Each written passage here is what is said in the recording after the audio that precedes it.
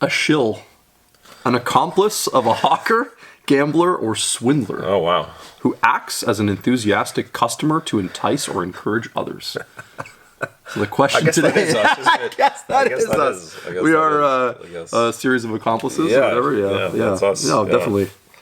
So today we thought we'd have a little fun video, and we want to start doing some more stuff like this. Not necessarily about this topic, but just having a little bit more engagement with our community online, and just... and doing more like an FAQ sort of like style video where we just like read some comments. We're not going to single anybody out with names, but we'll just read some comments and then respond to them. Kind of just in a little discussion format. Yeah.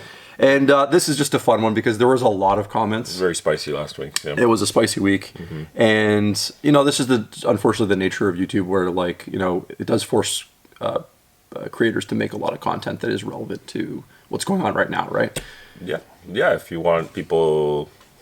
Or you want your videos to be successful, or for people to just draw their attention to you, then you have a lot of current events, what's going on.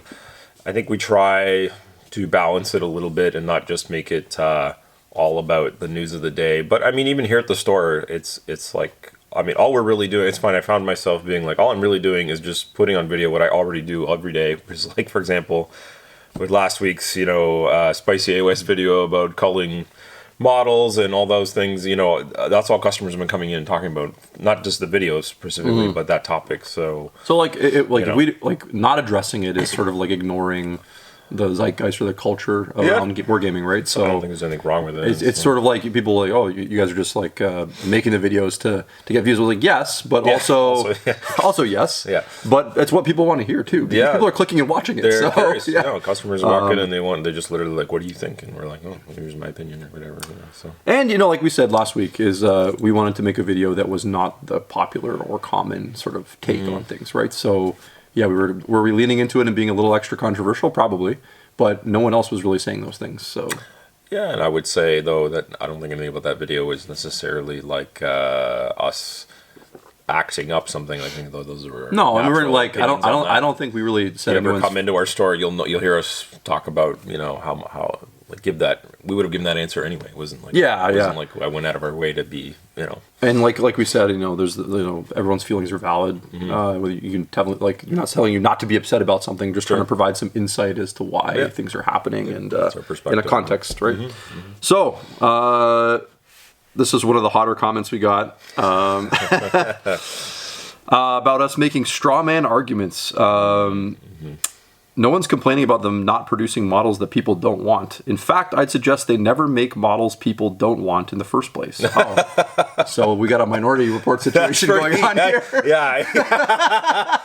We got the little floating psychics or whatever. They're like, don't make that. No one will purchase. Nobody will buy that. Don't make solar auxiliary plastic. Don't do it. Yeah. That's... But they aren't even trying to do that. They're just making room for more new bloat. Right. And models you spend hundreds of hours assembling and painting are nothing like video game DLC, and everyone hates DLC anyways. I don't know what he's going on off there. Right. Hilarious to say that we are unreasonable to ask Games Workshop to produce more codexes. They produce codexes about 3 times as much as they should. Okay, so there's a lot of stuff to digest there. That was a good loaded one there. It was, there's a lot of like, just shooting from the hip. Yeah. And I respect it. I respect it. Sure. I've been known to shoot from the hip myself. Yeah. Sometimes. I think where I'd start by judges is I think sometimes I feel like people watch a video or read something and then they immediately start formulating like their counter arguments like immediately to the things before they've really like sat and digested what's been said or read, right? And I think all of this points that particular comment makes, I think we actually addressed all those things last week. Yeah. The number one reason why they're not going to keep making content for these models is because, well, number one, they literally don't have capacity to do that all the time. Like they can't reproduce rules indefinitely for units. No. I mean, the really simple answer is just dollars and cents. Yeah, it really is. And I know it's cold and crappy to think about it that way, but yeah, I guarantee you, some guy in an office went through the spreadsheet and just did like a ascending order filter it took by 3 seconds by sales, and they were one of the top lines, and it said, "Here's a dozen kits that don't sell. We're going to cut them." And it took 3 seconds. We can do the same thing in our store. Yes. We can just hit a report button by sales volume or whatever over a period, and like you just scroll right to the bottom, and you're like, okay. And we do it in our store all the time. We do. We make those same decisions. We have to. To call this line because last year we only sold X kits and it's taking up this much wall space. Correct. This is going to hurt us if we don't replace this with something, right? And Games Workshop has as the intention was never we're going to make it so that we can cut it or whatever. This isn't Dwight Schrute raising America's blood pressure. Why would you make it so that I could cut it? That's right. That's why they did it. Just to screw people. yeah. Just to screw actually a few people because it didn't do well. So exactly. Yeah. Yeah, I think, and at the end of the day, I think I'll go back to this as well. We've made this point is a lot of people are being reasonable about this, and I think a lot of people understand that number one, Beastman models can be used in another game. They can still use them as proxies or stand-ins for other things like Chaos Marauders. I heard someone creatively say was kind of interesting. And then there's all the Stormcast. I still haven't had someone come in real life and look me in the eye and tell me, Chris, I can't use my Stormcast army anymore. Because I think they would be laughed out of the store a little bit, just because I think that's a bit silly. No, I haven't seen. Yeah. No, I've had most people come. Yeah, they kind of curiously ask, "What do you think?" And I'm like, "Well, it's probably because of this," and they're like, "Yeah, it makes sense," and that's kind of it. And yeah. On to the next one. Still, when I look at current prices of Games Workshop models, the only phrase that comes to mind is a foolish amount of money, not just expensive or an unwise amount. I feel actual financial guilt when buying NOS. Maybe that's new off the shelf. Maybe. Probably, yeah. I feel like a literal fool for paying that much money for plastic toys. Okay, so don't. I don't know. I mean... Okay, next. He said I feel a lot. Yeah, okay. yeah. No, if it doesn't feel good, don't do it. Just to completely go off tangent here, but I get weird like that about things. Sure. I go I play ice hockey, which is stupidly expensive, to book the ice and stuff. So I'll pay $600 for 4 months of ice hockey or 5 months of ice hockey, which is that's the cost, right? Yeah. But when it comes to gear in ice hockey, you can buy a stick. Yeah. For $40, $80, right. $500, right? And I look at those expensive sticks and I go what a foolish, right? Foolish. Yeah. But that's someone's hobby. Oh, right. Yeah. That's someone's main hobby, and they care about well, this gives me 20% extra flex, and it makes my shot 3% better, and I want to pay for that. Sure. Sick, man. And this person maybe they're comparing it to other hobbies, and they're like, I get a lot of joy out of painting a pumpkin head bolt action figure or whatever. And no, there's nothing wrong with that. Honestly, they're not for me or whatever, right? Yeah. But, and that brings them a lot of joy painting their historicals or whatever. And and if that's your comparison and you're already happy doing something, then it doesn't matter. Yeah, exactly. It doesn't matter. I think that's fair. And that's fine. There's always certain things you're just going to look at it and be like, okay. But I just, the key is in those situations in my life where I look at it and I'm like, oh, okay, that's what it costs, and then I don't get mad about it. I'm just like, no, okay. Exactly, yeah. Okay. Yeah. Especially on luxury goods. Yes, I can understand being upset. Hey, you're preaching to the choir on. Yeah. I'm Mr. Anti-corporate grocery store guy. Yeah, why is the bread $4 or something? Or rage all day, dude. Or the go off, bro. Or gas $1.70 or whatever. Yeah, but on miniatures and stuff, I think you have to kind of accept that it's a luxury good. And I mean, there's been lots of times where I've looked at video games on Steam or something, and I'm like, I would like to buy and play this game, and then I'm like, I don't need it that bad. I'll wait. Or I just won't bother, and that's fine. I don't feel bad about it. And this is why let's be real. We don't sell used models, but that's why there's a robust, massive used models market, right? Mm-hmm. Because for some people that's the price that they want to pay, and I don't condemn that. Yep. Next one. While you make good points, this is all your cute butt. Oh yes, yeah. On that companies can't financially support a product for long periods because it's just bad for business. I think Beast of Chaos is a different situation. Their whole faction was retired after 3 editions, but their models are still going to be sold for Old World. They are a financial loss for one game, but they will be fine in another. That really doesn't make sense. Okay, and I actually think this person's they're trying to think it's about good faith. They're trying to think about it. And I actually did respond to them, and I think it's just a misunderstanding about how products are sold from a company. So do you want to kind of run it down how? Oh, I mean, in general, the only thing that came to mind was unfortunately the Old World isn't going to be enough to prop it up. One thing I can tell you about all the Old World sales and content here, other than Games Workshop from the vaulting a few metal models that have legitimately been unavailable for a decade or more. We're talking about the Screaming Skull catapults and the Grail Knights or whatever. that they sell for very high prices. Yeah. But they sell out. Other than those, everyone who's playing Old World with that army already has models, and they're not buying anything new at all. They're not. So anyway, I don't know what your point was going to be on it, but no, that's a good other side point for sure. Like about how it's more of like a resting place, and it gives you just a way to kind of move them forward with. But for me, it's more about like understanding that like, you know, if you have 3,000 hobby shops in you know, in North America, I know that's a rough estimate, but it's not too far off actually. And Beast of Chaos is a mainline Age of Sigmar army. Every shop is kind of expected to have like a Vanguard box on their wall, maybe one or two Beastman kits, and and those are kind of part of their different, like Games Workshop's different like trade lines essentially. And if those aren't moving for stores, it's dead product, right? And what happens when it gets moved to Old World is there's no longer sort of like an expectation that stores carry those things. That's right. And for Games Workshop in a production sense, it no longer means that they have a sort of like an obligation to produce to that level as well. So it becomes this like, it'll just fade. Direct order thing that they can kind of build a much smaller capacity for, and then it becomes essentially for intensive purposes to a customer, it's not something you're going to walk into a shop and see on the shelf, but something you're going to ask your shopkeep to order for you. So the small thing is like Games Workshop offers most of their products as normal sales to us, and then they have another chunk of their catalog which is web only, which we can order, but the margin is lower. And the boxes are often just a bland black or white box with some text. And so it looks awful on the shelf. You can't tell what it is from a distance.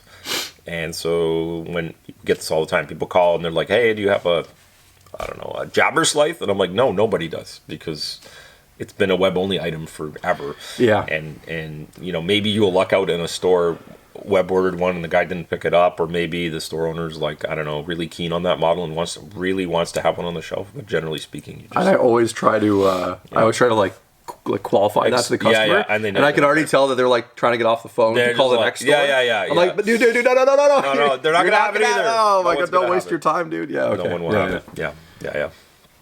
My problem with this move is the marketing department dropped the ball hard, and that's what has pissed off the fans. Probably, maybe a little bit. Like I guess my you know, my Socratic sort of like impulse would be to ask you like, well, what would you have done differently? How would you have told people about this? If this is the news you had to deliver, how would you have delivered it? I did play with this idea in my mind, and I was like, would it have been better to do it later or now? And both would have had the same bad reactions, I guess. They could have technically done it like a month or two after the box launched, and everyone kind of feasted on New Stormcast and then dropped the Sacrosanct Chamber. I don't know if that would have been any better. No, I don't think so. But I will, I would say applaud, but I will take note that Games Workshop, at least in the last, 5-7 years or whatever, since 2017, they have been pretty much, this is their MO. They like ripping the Band-Aid off. They've been doing it with price increases and other model retirements. They're like, no, we're just going to tell you right away, here's what's happening. I'm pretty transparent. I think that's kind of like, it's not pretty, isn't that the way you're supposed to do things? Right? Like it is, actually. And it's just me putting my shill hat on, obviously. Right. Yeah, of course. But we need shill hats now. Oh, that's good. Yeah, actually, that might be one of our 10-year anniversary shirts. We'll do a shill shirt. But thanks for the idea, by the way. I think, like, it's just the same, I think, in life. Like, would you rather someone beat around the bush or tell you like straight, right? Pretty much. I think it's like you when you care about people, you shoot them in the chest, in the front, in the chest, right? You don't stab them in the back. So like that's the sort of I think that's the same idea with companies. I think like people keep asking for transparency and clarity and communication, and then sometimes when they get it, they're like, well, that was a little too direct. I feel like you blew off half my body or whatever. And you're like, okay, the news hurts still, but they told you it straight. Very often what occurs is a company says nothing, and then you go there and the door's locked and boarded up or something. You know, that's rather than it's you get the notice from the company and the notice from the landlord over top of it. That's happened to us last week. We did with a pub we used to go to. Oh my gosh. Anyway, rip. Ooh. So yeah, I don't know what was. I don't know. It's just my brain, the way I think. But like anytime I get upset about something, I try to like flip it around and say like, Sure. okay, well, what could they have done differently, or what could I? You know what? I think at the very least, though, this way they give people time to, I don't know, move on and decide whether they want to keep doing the thing. Yeah, or not. they're moving on through the Warhammer community posts. Yeah. Commenting on everything about how Yes. they're going to delete everything. Yeah. That's, You know they're what working I- through their feelings, You right? know, Like, yeah, and I think I don't want to say it does feel like some of the negativity that these people are, if well, this is not going to sound great, but I was going to say they might, if they quit AOS, it's like, I don't know, I'm not going to care, like if all you cared about was that, I don't know. I think we saw it when Warhammer Fantasy died, that there was this like, as sad as it was, there was like a culling of. It was like you got, like, new blood injected, I guess. a barren wasteland, and like new plants were sprouting. Yeah, it was like, so- is this really that bad? I don't know. I don't know. Yeah. I mean, like, and I always kind of qualify this as, it sounds really nasty, but like, at the end of the day, like, we don't next to people's names, we don't have their like how much Warhammer they purchased recently, right? But Games Workshop knows that stuff, right? Like they know what their customers are buying when, like they have really good data on that stuff. So I think like Jay said earlier in the video, sometimes you just it's sad in this world, but like sometimes you just have to follow the money, and that will tell you most of what you need to know. They're a corporate company, And we literally need trying to make money profit. to stay alive or whatever, right? So. I like the person who was like, "Oh, you guys are just doing this to get free stuff." I would love free stuff, And I would probably put it on the shelf and sell it at full price. So in this, can you review this thing? And it's like, yeah. I'm gonna sell it instead. because like as expensive, like obviously if you're Canadian and you live in Canada, that's the topic. Other than Warhammer Rage, it's all about our crumbling society and expenses, Cost of living. So I will take any small tiny win. Can I trade this ghost stock for bread, sir? Yeah. I'm fine playing with the digital Beasts of Chaos Battle Tome. I'm just disappointed for the range refresh we will never get. And then he goes on to explain it a little bit. And this is one comment I really empathize with. Sure. I feel like They could have done that. I feel like Beastmen through the ages, like for the last 15, 20 years, I think they've kind of been let down by Games Workshop a little bit as a faction. Yeah. They always kind of got the short end of the stick. Nothing inspiring, really. They've been, I remember it was, I think, the 7th edition codex.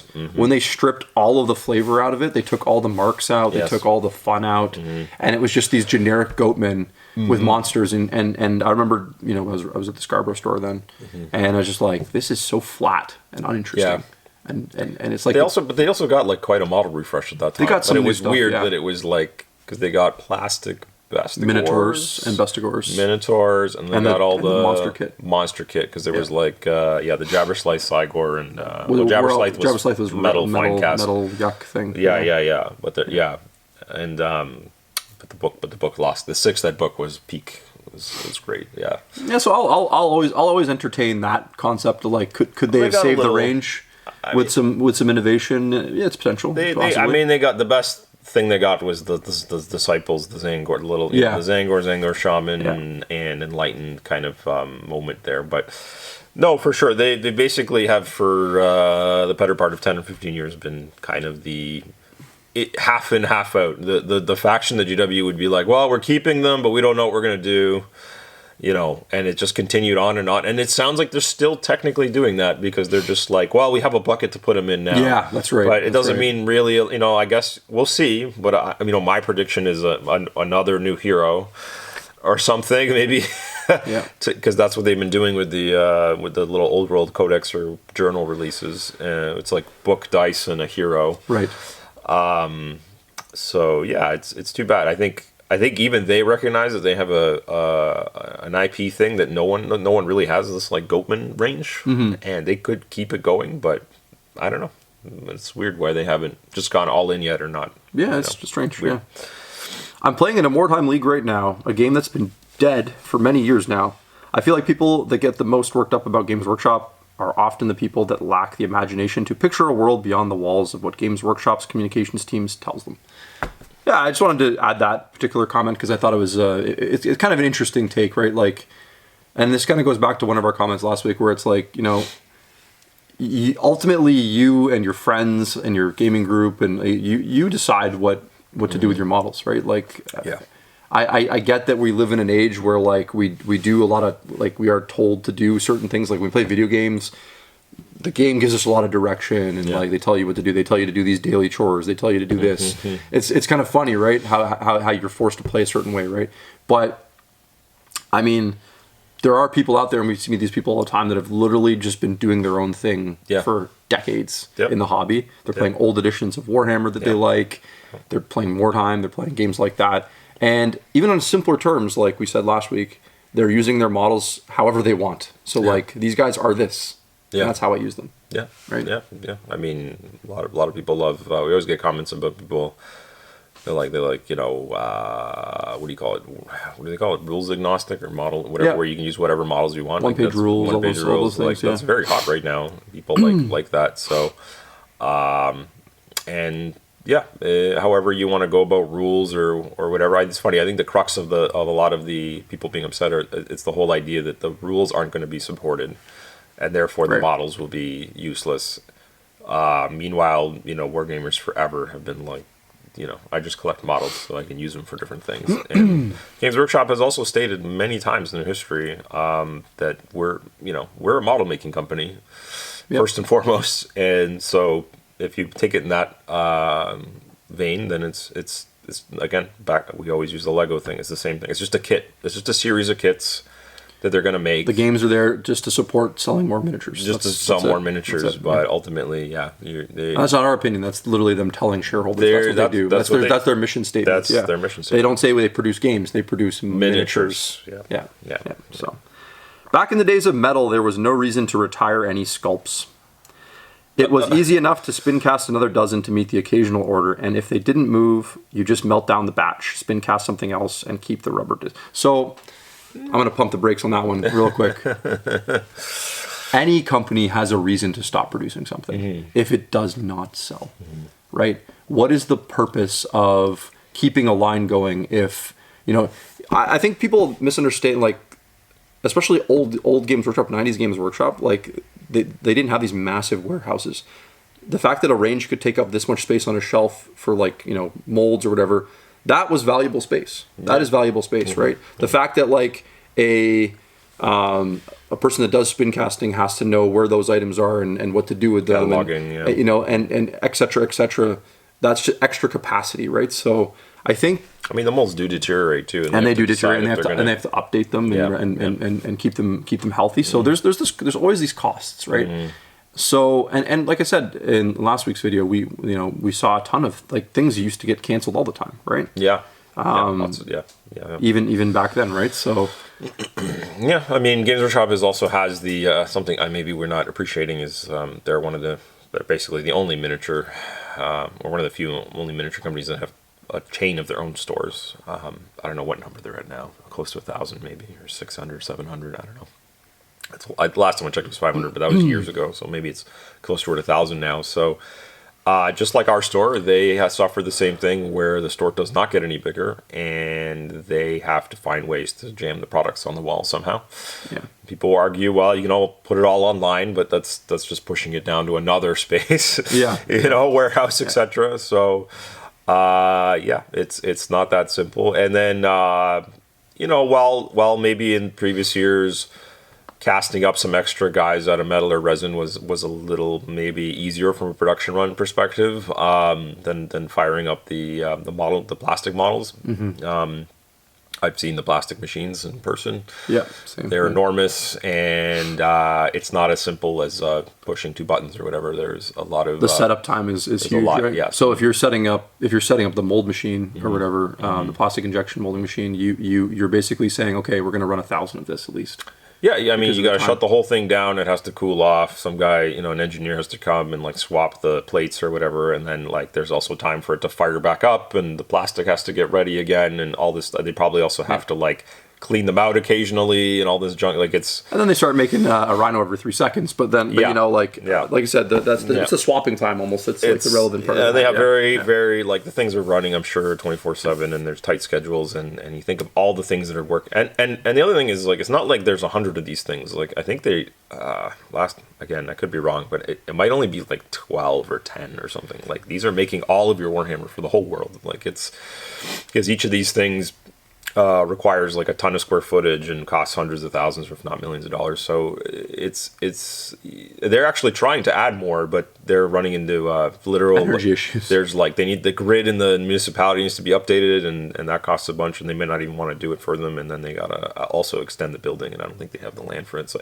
it's messy, yeah. it's crazy, yeah. So no to just make a few extra of this thing that we really want. That's why some things just sit out of stock for months, maybe almost 6 months or almost a year. Is if it's at the bottom of the priority list, that's just what it is. So And I think they're like going back to the metals and stuff. Like I think that's why you're seeing this like made to order push thing. It reminds me of like the Disney Vault. Yep. I think it's smart. I think Games Workshop should do actually more of the stuff where they do like made to order stuff that's old and just like pull things out of the vault and like make things for a little while, because I think that's a good way to kind of appease collectors, and like, I think it's anything they can do on the side. But that's never going to be like when they do stuff like that, even though the prices seem high, they are doing that literally for PR, because like there's so little money in that in terms of the big picture. Like they're not killing it with the metal stuff. Right? No, and you can see how fast the old world stuff they sell it out fast, but that's because they don't make a lot of them. Yeah. They don't plan to. They just want it to they realize that they need to do those little runs to make that game work or that product work. And I'm sure it's a few bucks, but I don't know. I don't see it. They're not jumping for joy for that. So yeah, exactly right. Yeah. To cap off the video today, if you liked this video, give us a like and a subscribe, and we'd like to hear your suggestions for shill merchandise. Yeah, I gotta get our shill hats. What should the shill like a villain? I don't know. Maybe I'll get my 6-year-old son to make. He loves making crafts. Let's get him to make me. If you have any ideas, give us suggestions. Yeah, what's a shill? Don't worry about it, son. It's what your father is. That's right. Yeah, every day. That's it. That's when people think of Lords of War. That's what they think. A couple of shills. Yeah. Well, thanks for watching today, guys. I hope you appreciate this kind of video format. If you liked it, let us know, and we'll see you next time. Take care.